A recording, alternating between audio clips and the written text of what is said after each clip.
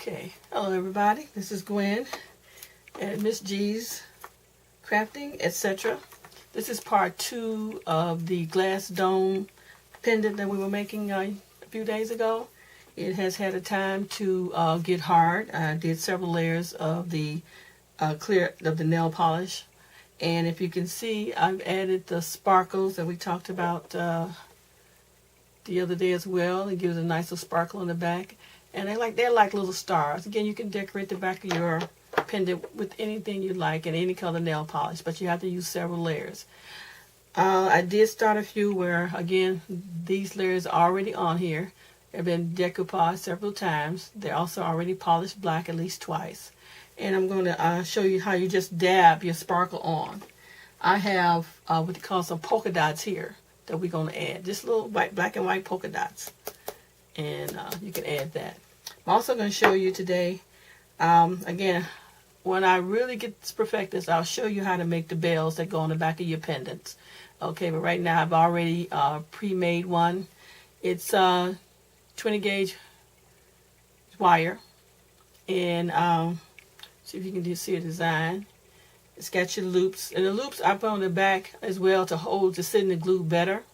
Okay, that way it'll adhere better and tighter to the back of the pendant, and it'll last a long time. And I'm also still using the E9000. And again, that's the back of the bell. And let's see if I get my little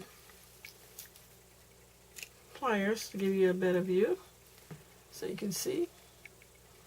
And then you have the curly part where you would put your rope or cord through it.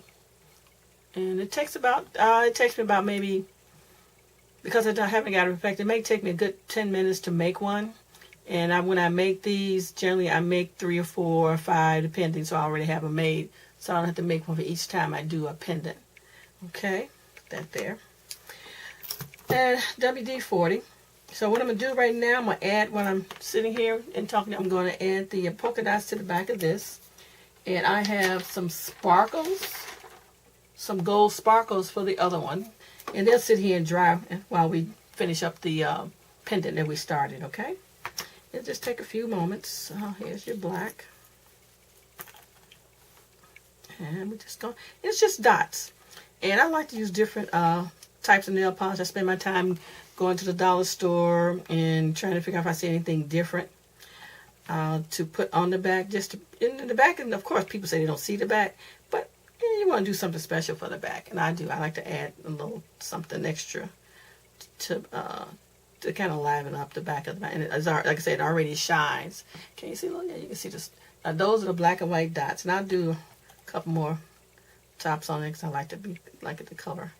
And they're set already in clear nail polish, but again, you want to let this dry, and you want to add another coat of clear, just a clear nail polish, top coat. Not nail hardener, but top coat clear. Okay, that's that. And now we're going to do the gold sparkles. I also use crackle nail polish on some of my projects. Not on this one particularly right now, but you can do that. There's obstacles can still find the crackle, because crackle is definitely hard to find. I had to go on Amazon to find the crackle for some of my products. Again, I don't just make jewelry. I just try to find out different things to recycle. And again, like I say, what's recycled on these pendants are pictures from cardboard postcards that I got in magazines that I get. Instead of throwing them out, I save the cardboard because sometimes they have little baby pictures on them. In this case, it had more spiritual. It had the Jesus on it. One had the Lord's Prayer on it. And one had the angel, which is one of the ones I'm working on. Now this one is the angel. This is the angel that was on the back of a postcard. So I just cut her right out and add it to the dome, and to make a nice pendant, or again, a nice magnet for your refrigerator. And this one that I put the dots on the back of, this is the one with the prayer in it. And the dome was magnified, which is what I like about it. They magnify everything, so it's very readable. Somebody wants to look at it. So you can put it, again, make it a magnet, or you can make it a pendant to wear. Okay. We're going to set those aside to let them dry. And we're going to do our Jesus pendant. Okay, again, it's all done. And we're just going to add the bell to it. It only takes a few minutes. Now, when you're using this E6000, you want to make sure that you let it dry. Okay, don't mess with it. Once you do it, just leave it alone. Okay. Let me see if I can get it open first. That seems to be the... There you go. I use it. And it starts to ooze. I just got smart. I started getting these small tubes because the large tube, if you don't use it often, it gets kind of gummy and hard to, no matter how you clean off the top, it gets kind of gummy. So the small tube is not a big waste. Okay, I'm going to add the glue to this in the area where we want to put the bell. And I generally let it sit for a few moments because, again, once you set your bell, and I make a nice glob because I want the bell to sit in it and extend around to it. Again, that's why those circles on the back of the bell that I put. So they will sit into the E6000. Okay, another thing about the bell, you want to bend the bell, okay, forward so that it will cup your pendant. So it won't just be sitting on the pendant, it will be cupped against it. And I'm going to show you what I mean. So I'm bending it forward, my thumbnail helping it. So it looks like you're bending like you're making an L shape. Okay. And if I can remember to try to find a YouTube, I mean, again, this is a while. But anyway, this is, you bend it forward. So when you adhere the bell to the pendant, it's going to sit against it very flat. I'm going to show you. See, it lays on on top, very flat into the glue. This here. I need my little. I had a piece of this will do. I had a piece of the wire that I was making a bell with earlier. I'm just using this to press the bell down because it's easy. It can be a mess if you get your fingers all in it. But I always try to push it down. Again, I'm going to show you how to the side. We see how the bell is laying right on top. I'm going to turn it one more time so you can see. The bell is laying right on top of the glass of the dome. So now it's up to me to center it while it's still flexible and movable in it. And center it. And center it and press. You got to kind of press. It's a little messy, but it's, again, you center it and you press it. You're going to center it because you want it to sit straight. I'm going to reverse this in 1 second. I just need to flip it. There you go. I just needed to flip it. So now I want to make sure that it's right in the center. And it is right in the center with where Jesus, and it's laying flat. Now remember, it's oozy. So you got to hold it for a while until you get it where you want it to be. And what I do is, and when I get it really centered and it's set, I hold it. And when I think it's set, then I will lay it flat. But I check it within, it takes a good time to set. It's 24 hours for this E6000. So not to mess with it. But while it's still kind of, still kind of soft, I still want to make sure that the bell is in the center of the pendant and it has not moved. Because of the glue, it does, like anything, things slide, and you want the bell to sit down in the glue. So this is why I use a nice amount of it, because once this E6000 sits in 24 hours, it's done. It really cures in about 73 hours. Okay, so and I let things dry. I don't try to rush anything that goes from the layers I put on it because I want to make a good product. So let me double check it. So see if it stops sliding. Yes, it did stop sliding. See, now it's in the center where it should be.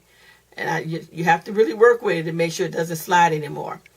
Okay, and we got a nice amount of glue there. I just need my pen again to kind of tap it in there. I want to make sure that the circles that I create to hold and sit in the glue are in there. I want to make sure that the edge of the bell, see where I twisted it, the twisting also helps to adhere into the glue. Okay. And once it's dry, but again, it won't be dry really set until the end of the day or in the morning. Then I'll add another little bit of E6000 right on top to secure it to make sure that's coming. And it actually dries clear, so you can never tell if it's too much. But you want to be careful how much you use, because you don't want it to be like a big hump on it. So I'm very careful with that. So you do it liberally, but you want to make sure everything still is centered. So you check it until till you know it's perfect. And again, mine is still perfect. But let me double check. Yeah. Now I have to tell you, I have used that set in 3 minutes or 3 seconds or 5-second glue. It works on some things, but they don't tell you it has to be able to see. The light part has to be able to see the glue. If it cannot see the glue through the item that you're gluing, like maybe you're gluing two coins together, it's not going to glue it because it cannot see the glue. It has to be one item has to be transparent so the light can be on the glue. I'm saying, and I do use it on some areas, but I wouldn't use it on this because in this case it can see it, but the amount you use may not be enough. Okay, so if you're going to try this, try it on smaller projects, but not any big thing heavy like this. Okay, that's just me, but you can try it because I like it. I've used it on several things that I do like using it on. Repairs are fine, but also I've used on some of the smaller things I work with. So yes, it's okay. I suggest you get 1 or 2 tubes and use it on smaller projects, but nothing that's really heavy. Especially if you cannot see where the glue is going and the light cannot see the glue, don't use it. Okay. Alrighty, let's see. This looks fine. Okay, so I'm ready to leave this. I'm ready to lay this down. And once I get this set, I will be able to add my coral. And you pick your coral. I like the black cord that you put through these. They look very nice. You don't have to worry about what they have to match. And I use some things. I use a black cord, and then I also add my paper beads to match whatever's in the dome. So in this case, it's gonna be right now. It's just ready to be threaded. But just want you to know this is how you finish it. And again, like I said, I showed you how you apply. Lay this here. I showed you how that you apply. Again, after you apply your sparkles or your sparkles or whatever you're going to put on the back of it, you need one more coat of top coat clear on top of that, okay? And then let it dry. Give it way enough time to dry before you attach your magnet or your bell. And I always suggest to wait 3 to 4 hours if you're in a hurry, or wait until the next day. Okay? So these, I've done some of these in the smaller flat beads, and I've made them for earrings. But anyway, these make nice magnets for your refrigerator. Okay, if you have any questions, please go to my my Facebook page, which is on the Facebook / Miss G's Crafting, etc. And you can ask your questions there, because I will be posting both these videos on there sometime today. Okay, I just hope that this was a fun project for you to try, and maybe show someone else how to do it, and maybe make some nice gifts for your friends or for the holiday you start now. Just a different thing, something different. Okay, so I hope, again, this is Gwen of Miss G's Crafting, etc. I hope to talk to you soon. Have a great day.